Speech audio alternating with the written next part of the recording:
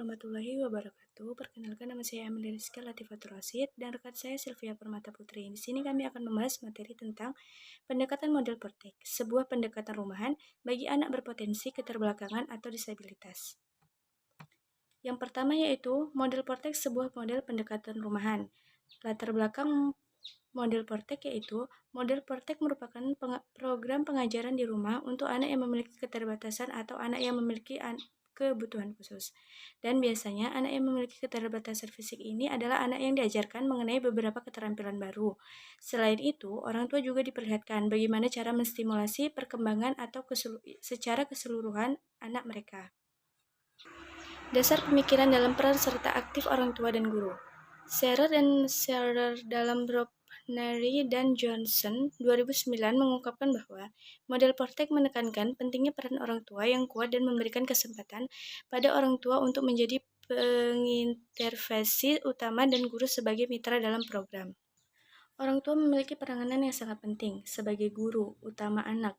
Hal tersebut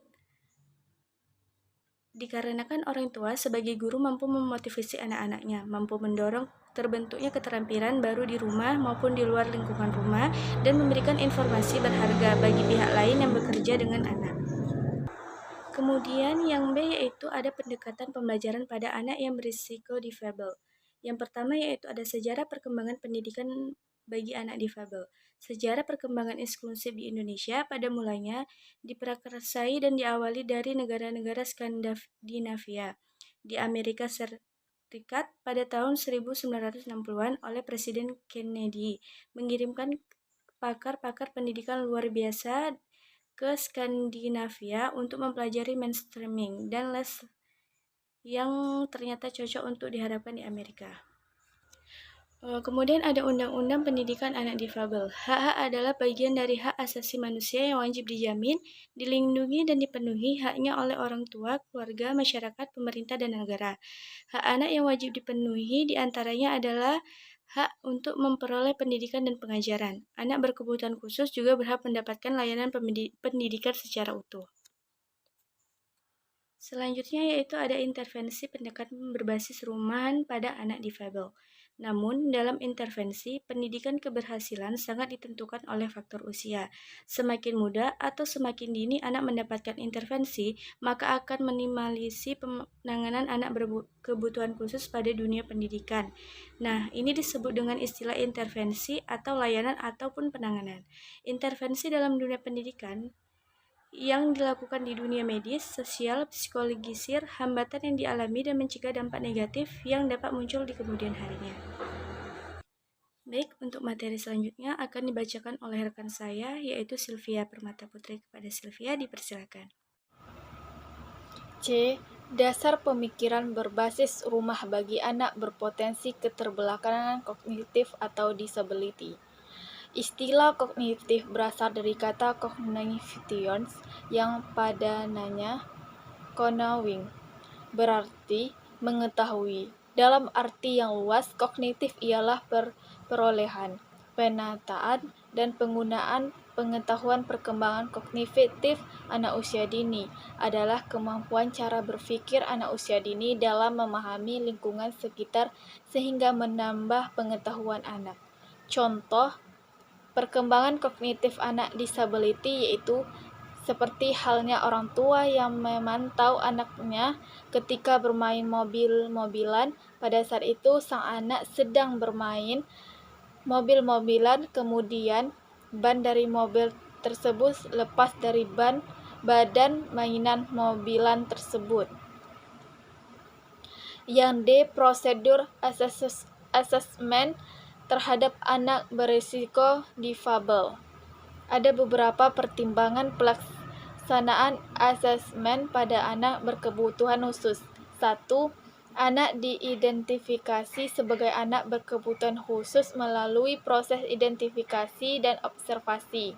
Guru kelas, orang tua, dan pihak lain yang terkaitan merasakan bahwa anak mengalami masalah sehingga memerlukan asesmen lebih jauh dan mendalam. Yang kedua, asesmen ditujukan terhadap anak yang betul-betul membutuhkan asesmen terhadap setelah memperoleh izin dari orang tua. Oleh karena itu, dilakukan asesmen yang meliputi asesmen formal dan informal.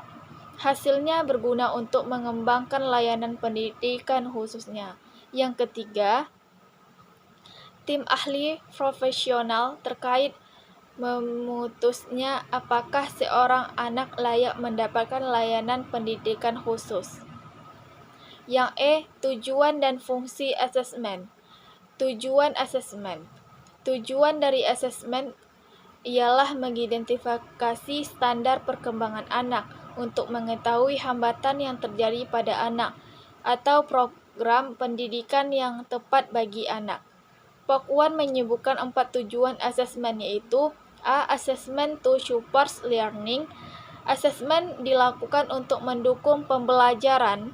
Yang B. Assessment to identify special needs. Penilaian dimaksudkan untuk mengidentifikasi kebutuhan khusus. Yang C. Assessment for program evaluation dan monitoring trends. Penilaian untuk evaluasi program dan pemantauan. Yang D. Assessment for program atau school accountability. Penilaian untuk akuntabilitas program atau sekolah. Yang kedua, fungsi asesmen.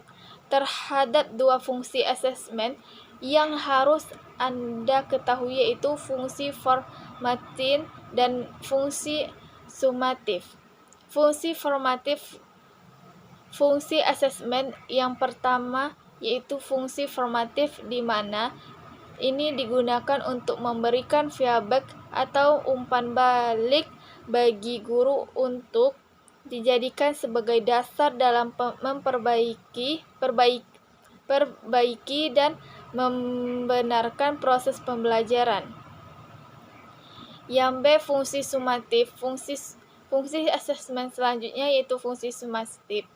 Artinya ini digunakan untuk menentukan nilai belajar siswa terhadap satu mata pelajaran tertentu yang diujikan. Terima kasih.